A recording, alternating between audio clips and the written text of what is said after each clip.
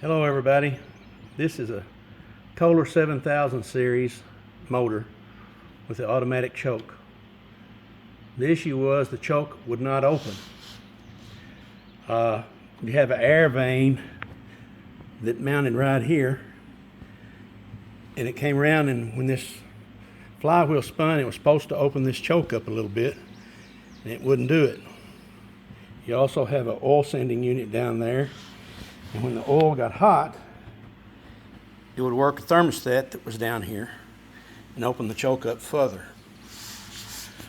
Well, I found out about Kohler having a choke kit, a manual choke kit.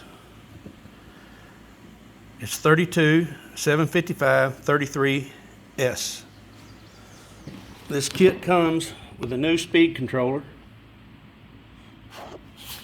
It comes with this new wiring harness. It just plugs right there. Goes up to your control modules. And then one wire goes down to your oil sending unit. And the other wire goes to your voltage regulator in the middle. The only thing that this did not come with was a choke cable. And so I just bought a generic choke cable. And you can mount them on the left side if you want and run it down. This mower had a little knockout in this plate, and I put it there and run it around the motor and down to the speed controller, and it works fine.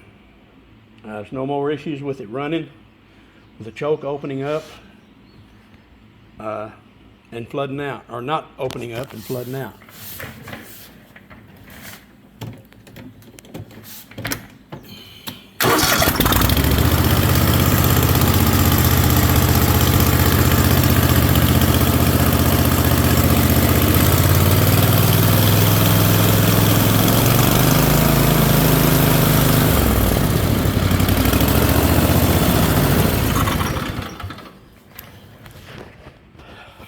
It cost about $100 more than it would to replace everything for the automatic choke that needed replacing. To me, it was worth it. No more future problems with the automatic choke. This manual choke took care of everything.